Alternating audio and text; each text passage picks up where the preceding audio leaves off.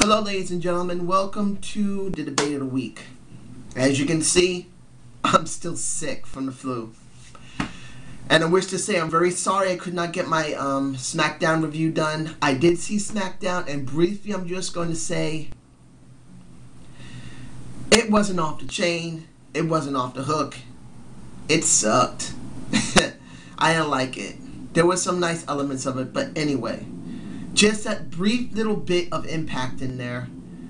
I just wanted to say for the people that wanted to see it. I just didn't like it that much. Like I said, there were some nice bits in there, but that's all I'm going to say. This debate of the week, it's not one of my better days. This debate of the week is a follow-up to the TNA British Boot Camp. Now, it's about 6 to 7 days after British Boot Camp had been shown, the episode 3 and 4, the ones I saw on YouTube. So it's probably about 2 weeks old, possibly, not sure. But I did get a chance to catch episode 3 and episode 4 of British Boot Camp. I have to say it was not that dramatic, but it was effective. Seeing Bound for Glory again, and I didn't realize they were there. And seeing they did this several months ago was surprising. I thought this was recent, but obviously it was done many months ago. And now they're just now releasing it after having months and months of tape to look through. Seeing these 4 competitors trying to get a TNA Impact contract was not too bad. I mean, seeing James Storm dealing with the girls and the guys in the bars was actually quite good. Particularly how he spoke about sorry, I'm really kind of tired. Seeing how James Storm talked about Rockstar Spud, I felt that gave a more better depth. It's good that teaming them up with Impact wrestlers. It's very good. Seeing that he was talking about Rockstar Spud and saying basically, don't change, be exactly as you are. If you're a jackass, be a jackass. But make that jackass work, which is a very good thing. Seeing the Blossom twins getting their hair done, which was kind of boring, but then hearing how they talked wasn't too bad, but it's obvious to see with the Blossom twins, they're very shy. They're shy. There is no way to deny it, especially when you see that few seconds in Bound for Glory. Neither one of them tried to be very outgoing or apparent. And one of the Blossom twins looking at Rockstar Spud like really shows, obviously, they really don't have an outgoing type of attitude. They're kind of introverted. Not saying that's a big thing, no. It's like being in your shell. You need to break out of your shell. Like I'm doing here, doing these YouTube videos because I was very introverted. I was a very shy person that could talk you to death if it's one-on-one in a debate. But in an open forum with more than maybe 5 people, I get shy and scared because that's something I'm not used to doing. This is what I'm doing now, even there's only been maybe 10 or 20 people that ever saw my videos, and they saw numerous times. It's still 20 people that'll see it, but this is the entire world who's seen me work. So with the Blossom twins, I can understand getting out of this shell. Now, when you saw one of the Blossom twins kissing the hell and giving some tongue to Monty, you think it's a work. And it's a possibility that was a work. But if it wasn't a work, it gives a little bit of a depth. But I have to agree with one person that was on the YouTube channel that was showing this. He said pretty much these episodes are very short. Now, probably in the UK, you may have about a 45-minute to an hour video. Video show. This could be about a 45-minute show. It may be an hour to 45 minutes because they put their commercials in it. So it does feel quite short because there's no commercials in it. But I can say that these are becoming effective. Seeing Douglas Williams and Al Snow together doing this, seeing how they are in OVW, and as I said, they had to put them into OVW first. They had to. You can't just have them doing something on a TNA roster. I was correct in that respect. Now, what's going to happen in episode 5, 6, and 7? That's going to be a question. What is Al Snow going to consider good for both of these groups of men and women? What is Douglas Williams going to be in this? Will we see Monty talking with Magnus? Because Magnus said that he started out with Monty, but unlike Magnus getting somewhere, Monty didn't. So it's going to be a question of how Monty and Magnus are going to interact. And still also with Rockstar Spud. Rockstar Spud is obviously now supposedly showing some doubt.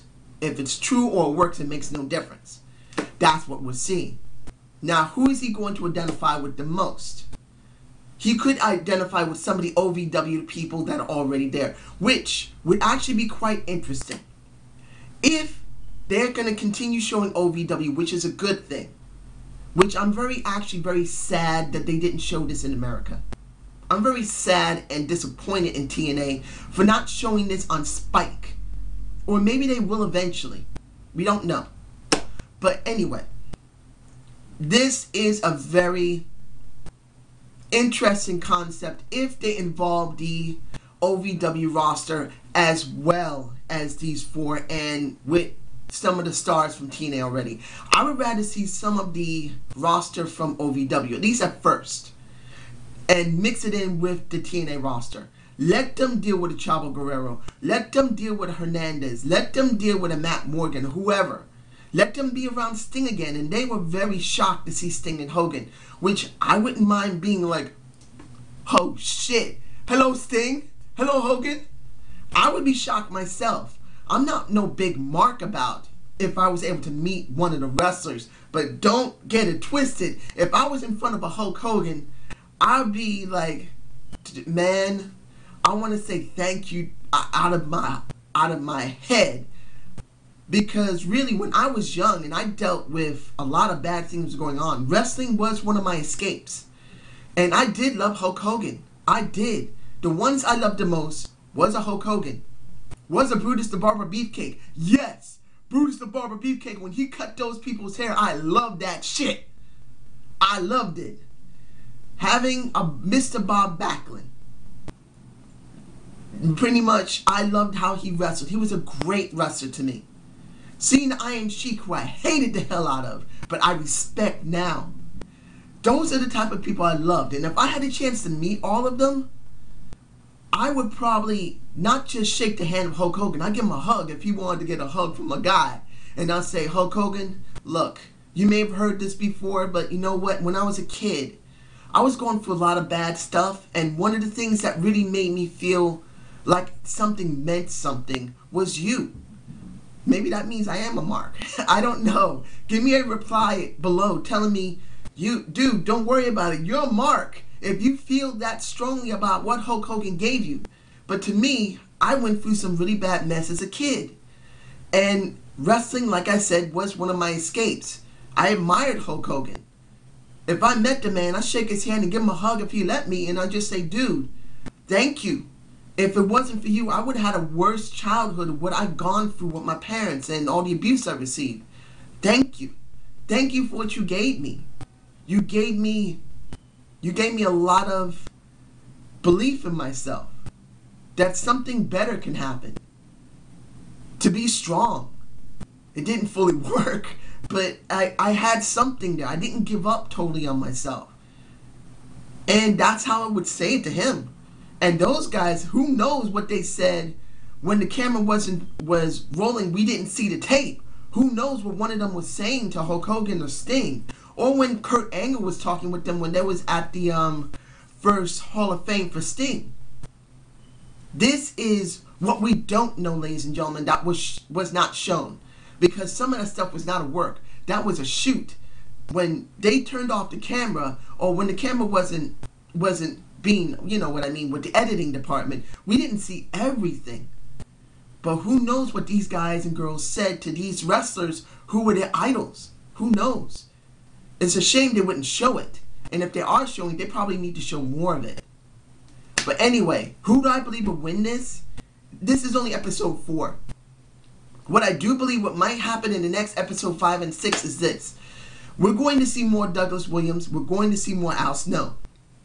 I do believe there's going to be more conflict between Monty and Rockstar Spud. But I do also believe that Monty is going to come to terms with dealing with his buddy Magnus. Sooner or later, Magnus and him are going to have a heart-to-heart talk. If it's in private or in front of everybody else, Magnus and Monty will have a heart-to-heart talk. He's going to go to him and say, look, we started together, but I made it. You want to be here next to me, you better bust your ass. And if you're here, I'm not going to be that easy on you. You're going to have to work for this. I'm not going to help you with this. If you really want this, like I know you do, you're going to have to bust your ass. And you better bust your ass, because if you don't, what was the point of coming here? That's what I believe is going to happen with Monty. Rockstar Spud may lock onto somebody, or he's going to have a conflict with someone else in OVW. If he's not going to have a conflict with Monty, which he is, he's going to have a conflict with someone in OVW sooner or later. If it's not going to be one of the people who's looking at him to see if he's really able to do what he needs to do, or it's going to be one of the roster that he's going to rub someone the wrong way, because he does have that attitude. The Blossom Twins, this is what I believe is going to happen with them. It's obvious that both of them are very introverted. Well, I'm sorry to say introverted. Very shy. They're a bit shy. They're shy girls. They used to be assistant teachers. Now they're trying to be full-fledged wrestlers. I apologize for saying introverted. They're not introverted. If they were, they would not be there. They're shy and need to come out of their shell. The question is going to be, which one is going to come out of his shell first? And how long is it going to be before we actually start seeing the difference between one another, and that one is going to shine more than the other? The problem when you have twins, one is always going to shine more than the other. There's never a time when they're both equal. And what she said to Al Snow, saying, don't worry, if one is shining more, we're going to push the other to try and get him up. That's not going to happen. If anyone thinks that's going to happen, you got another thing coming. There is going to be one that's going to shine more. That one will try to help the other, and there will be a conflict. If it's going to be a work or a shoot, it makes no difference. We will see this, because it's impossible that one is going to be equal with the other. It's going to be a conflict. Will this make great television? The way both of those two act? No. At least not at first. I don't think they have the attitude to be very dramatic. Neither one of the Blossom Twins give off an attitude of a dramatic type of woman. Neither one. There will be conflict, but it's not going to be a conflict that we're going to be surprised with. Now, if there is, hopefully it's good television. Do I believe this is going to work out? That this could be ported over from the UK into the United States? This is a question for TNA, because I have a feeling that they're going to try and port this eventually to the United States. There's going to be a point where TNA is going to try and do this with Americans, like Tough Enough was done for the WWE. This is going to happen. If this works out in the UK very well. The question is, will it? And if it does, we'll get to see this on actual television. TNA has some shows like Explosion, but you know what? I've seen it a couple of times, but I've lost interest with it because it doesn't seem right. Now what they're going to have 4 pay-per-views a year with some small supplemental ones that are taped. Who knows what might happen? We make it a surprise. So I hope you like this debate of the week. Subscribe and comment to ZANE'S View. And this might not be the end of my British Boot Camp review. I'll probably do another one. So I hope you like this. Have a good day. I feel like crap. Everything hurts. So you guys take care, and I will be doing my Raw review soon. I'm sorry I couldn't get SmackDown.